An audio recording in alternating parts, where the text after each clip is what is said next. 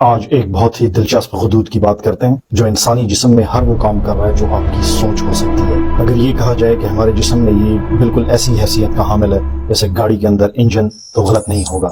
Engine किस sense में बोला? मेटाबॉलिज्म के सेंस में बोला, जिस्म के अंदर पैदा होने वाली तवानाई के कॉन्टेक्स्ट में बोला। इंजन गाड़ी के अंदर हर की तवानाई पैदा करने के लिए ईंधन को बरवेकार लाता है। बेहनी थायराइड ग्लैंड हमारे इस जिस्म के ढांचे, इस 5-6 फुट के बुत को और इसके हर पुर्जे को हरकत देने में अहम किरदार अदा करता है। अगर इस इंजन की, इस थायराइड ग्लैंड की परफॉर्मेंस स्लो हो जाए तो हमारी बॉडी स्लो हो जाएगी और ऐसी कंडीशन को हाइपोथायरॉइड कहते हैं। यानी हमारा ये ग्लैंड जो कि गर्दन के इस हिस्से में पाया जाता है, उसकी कारकर्दगी स्लो हो गई है। अगर इस इंजन की कारकर्दगी मुकर्ररा हद से तजावुज कर जाए, ओवर स्पीडिंग करने लगे, गाड़ी बरकरफ्तारी से दौड़ने लगे, आउट ऑफ कंट्रोल होने लगे, तो ये हाइपरथायराइड स्टेट होगी।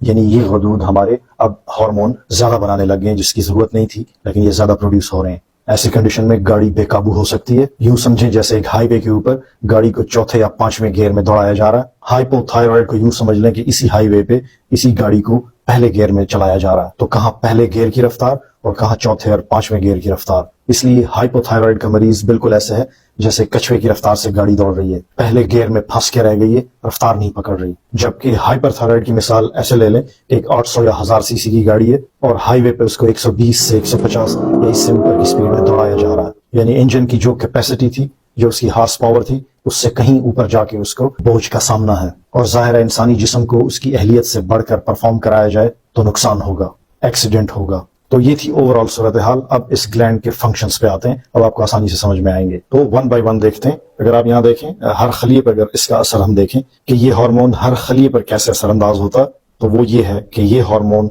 हर सेल के अंदर प्रोटीन बनाता है, हर सेल की मेटाबॉलिज्म को तेज करता है। तो इसलिए जब मेटाबॉलिज्म बहुत तेज हो जाएगी, हद से ज्यादा बढ़ जाएगी, तो ऐसे शख्स का वजन गिरने लगेगा, वेट लॉस होगा उसे।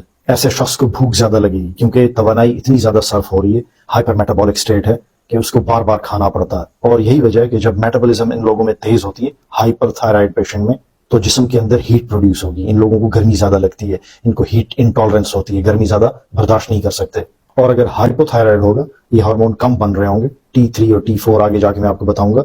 यहाँ से एक ग्लैंड है, थायराइड ग्लैंड, यहाँ से निकलते हैं, T3 और T4 इनका नाम है। ये अगर कम हो जाएंगे तो बिल्कुल इसके बरक्स होगा, वजन बढ़ेगा, भूख कम लगेगी और कोल्ड इंटॉलरेंस होगी। सर्दी ज्यादा बर्दाश्त नहीं कर सकते ये लोग, इन लोगों को ठंड ज्यादा लगती है। दिल के ऊपर असरात को देख लेते हैं। तो थायराइड हार्मोन्स यानी T3 और T4 दिल के अंदर कुछ ऐसे मखसूस दरवाजे होते हैं, रिसेप्टर्स होते हैं, जिनको बीटा 1 रिसेप्टर्स कहते हैं। ये उनको स्टिमुलेट करते हैं, उनको एक्टिवेट करते हैं। और ये रिसेप्टर पेस मेकर्स के ऊपर होते हैं। आपने अक्सर नाम सुना होगा कि फलां को पेस मेकर लगा, तो ये जो कुदरती पेस मेकर हमें अल्लाह ने दिया हुआ, ये उसके ऊपर मौजूद होते हैं। तो जब ये हार्मोन इस पेस मेकर को स्टिमुलेट करते हैं तो दिल की धड़कन बढ़ती है। इसलिए अगर बहुत ज्यादा ये हार्मोन बढ़ा हुआ होगा तो दिल की धड़कन बहुत तेज होगी, पाल्पिटेशंस होंगी ऐसे लोगों को, ब्लड प्रेशर भी बहुत ज्यादा हाई हो सकता है। लेकिन हाइपोथायराइड के पेशेंट को, जिनका ये हार्मोन कम बन रहा है, उनकी दिल की धड़कन कम होगी। एक दिलचस्प बात यहाँ पे बता दूं कि हाइपोथायराइड के पेशेंट्स यानी जिनमें ये हार्मोन्स कम बनते हैं, उनके दिल की धड़कन तो बेरब्त होगी, पाल्पिटेशंस तो उनको हो सकती हैं, मगर उनका बीपी भी हाई होगा।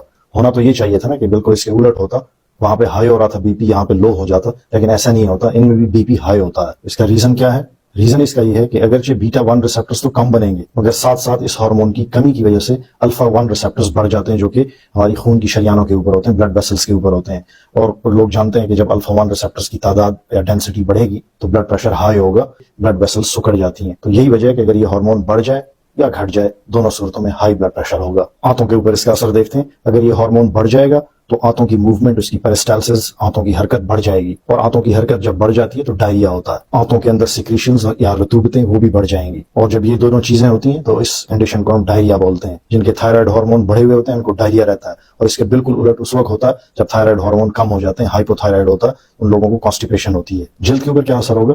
तो अगर इस हार्मोन की एक्टिविटी, इसकी सिक्रीशन बढ़ गई है, हाइपरथायराइड है, तो ब्लड फ्लो बढ़ेगी, स्किन के ऊपर गर्मी बढ़ेगी, जल्द के ऊपर पसीना ज्यादा आएगा, स्किन से ऑयली सिक्रेशन ज्यादा निकलेंगी, स्किन हर वक्त गीली गीली और तर महसूस होगी, जल्द पर बाल तेजी से ग्रो करेंगे, नाखून तेजी से बढ़ेंगे। और अगर ये हार्मोन कम हो जाए तो इन सब का उलट होगा, स्किन खुरदरी, रफ महसूस होगी, ड्राई महसूस होगी, बाल खुरदरे हो जाएंगे, बाल गिरेंगे, नाखून कमजोर होंगे, टूटेंगे। ये हार्मोन दिमागी सेहत के लिए भी बहुत जरूरी है। अगर ये हार्मोन बहुत ज्यादा बढ़ जाए तो इससे एंग्जाइटी होगी, डिप्रेशन टाइप की कैफियत होगी मरीज में, उसे चिड़चिड़ापन होगा, नींद नहीं आएगी, हाथों में कपकपी या ट्रेमर होगा। हाइपरथायराइड के मरीज के पट्टे कमजोर होंगे, सांस लेने में दुश्वारी होगी, हड्डियां कमजोर होंगी। दिलचस्प तौर पे अगर ये हार्मोन कम हो जाए यानी हाइपोथायराइड हो तो भी ऐसी अलामत आती हैं। एंग्जाइटी होती है, डिप्रेशन हो सकती है, हर वक्त थकावट रहेगी, जहनी तौर पे बंदा कमजोर हो जाता है, उसकी याददाश्त कमजोर पड़ जाती है, मेंटल फॉग सी रहती है। अब देखते हैं कि आपने टेस्ट कौन से कराने हैं अगर आपको ये तकलीफ है तो इसके लिए जो बहुत आम से कॉमन से टेस्ट हैं उनको TSH, T3 और T4 बोलते हैं। तो TSH वो हार्मोन है जो कि हमारे दिमाग से आता है, हमारे नाक की सीध में, यहाँ पे माथे के पीछे एक ग्लैंड है जिसको पिट्यूटरी ग्लैंड कहते हैं, ये वहां से आता है। और वहां से आता हुआ ये फिर यहाँ पे हमारे थायराइड ग्लैंड को स्टिमुलेट करता है, जिससे फिर दो और हार्मोन निकलते हैं, T3 और T4, जो थायराइड हार्मोन कहलाते हैं। तो दिमाग से या पिट्यूटरी से आने वाले TSH को आप एक विसल समझें या सीटी समझें। ये सीटी जब यहाँ से बजती है तो इन ग्लैंड्स को हिदायत जाती है कि आप T3 और T4 बनाना शुरू कर दें। अगर यहाँ से ये सीटी बंद हो जाए या उसका वक्फा बढ़ जाए तो T3 और T4 बनने की रफ्तार स्लो हो जाती है। अगर किसी का थायराइड ग्लैंड स्लो हो जाए, हाइपोथायराइड हो जाए, तो यहाँ से ये सीटी बढ़ा दी जाती है, क्योंकि यहाँ पे दिमाग में ये फील होता है, पिट्यूटरी को ये फील होता है कि शायद ये अपना फंक्शन पूरा नहीं करे तो ज्यादा सीटियां बजाऊं ताकि ये जल्दी जल्दी अपना काम करें। क्योंकि पिट्यूटरी को या TSH को ये लग रहा होता है कि ये ग्लैंड सो चुका है, इसको नींद आई हुई है, इसको जगाना पड़ेगा। इस तरह अगर किसी का ये ग्लैंड ओवर एक्टिव हो जाए, हाइपरथायराइड स्टेट हो, T3 और T4 ज्यादा बन रहे हो, तो TSH का सिग्नल, ये सीटी स्लो पड़ जाएगी, क्योंकि उसको पता है कि ऑलरेडी ये इतनी ज्यादा स्पीड से बना रहा है, तो ज्यादा सीटियां मारने की जरूरत नहीं है, क्योंकि ये ऐसा ना हो कि बिल्कुल पागल ही हो जाए। तो रूटीन में जो टेस्ट कराए जाते हैं वो TSH, T3 और T4 है, ये मैंने बता दिया। इन सब का अपनी नॉर्मल रेंज में होना जरूरी है। अब मैं थायराइड के कुछ और टेस्टों के नाम आपको बताता हूँ, इसको कंप्लीट थायराइड प्रोफाइल कहते हैं। थोड़ा सा रिपीट करूंगा, यहाँ से जो TSH आ रहा है उसको चेक करना है, यहाँ से T3 और T4 बन रहा है उसको चेक करना है। ये 3 बेसिक टेस्ट हो गए। और चौथा टेस्ट है थायराइड एंटीबॉडीज टेस्ट, जिसके अंदर हम थायराइड पेरोक्सिडेज एंटीबॉडीज और थायरोग्लोबुलिन एंटीबॉडीज चेक करते हैं। और इन टेस्ट को कराने से ये पता चलता है कि पेशेंट को कहीं हाशिमोटोज डिजीज या ग्रेव्स डिजीज तो नहीं है। थायराइड ग्लैंड का अल्ट्रासाउंड भी किया जाता है, स्कैन होता है, इसके अंदर ये पता चलता है कि थायराइड ग्लैंड के अंदर कहीं गिल्टियां तो नहीं बन गई, नोड्यूल्स तो नहीं बन गए, जिससे ये पता चल सकता है कि पेशेंट को कहीं गोइटर तो नहीं हुआ। रेडियो एक्टिव आयोडीन टेस्ट भी होता है, जिसके अंदर ये देखा जाता है कि थायराइड ग्लैंड कितना आयोडीन जज्ब कर पाता। और आखिर में है FNA, fine needle aspiration biopsy. ये उन मरीजों को रेकमेंड किया जाता है जिनके थायराइड में गिल्टियां हो, नोड्यूल्स हों, तो एक फाइन नीडल यहाँ से गुजारी जाती है और वहां से स्पेसिमेन को खींचा जाता है, सेल्स को खींचा जाता है, फिर उन सेल्स को लैब में टेस्ट किया जाता है, माइक्रोस्कोप में देखा जाता है, जिससे ये पता चल सकता है कि कहीं इस ग्लैंड के अंदर कोई ट्यूमर तो नहीं है। बेनाइन ट्यूमर भी हो सकती है, मैलिग्नेंट या कैंसरस ट्यूमर भी हो सकती है। तो ये थी इस मौजू पर पहली वीडियो। एक और वीडियो में भी इंशाल्लाह आपसे मुलाकात होगी, जिसमें इसके इलाज और जो आपके पास ऑप्शन मौजूद हैं उन पर मैं तबसरा करूंगा।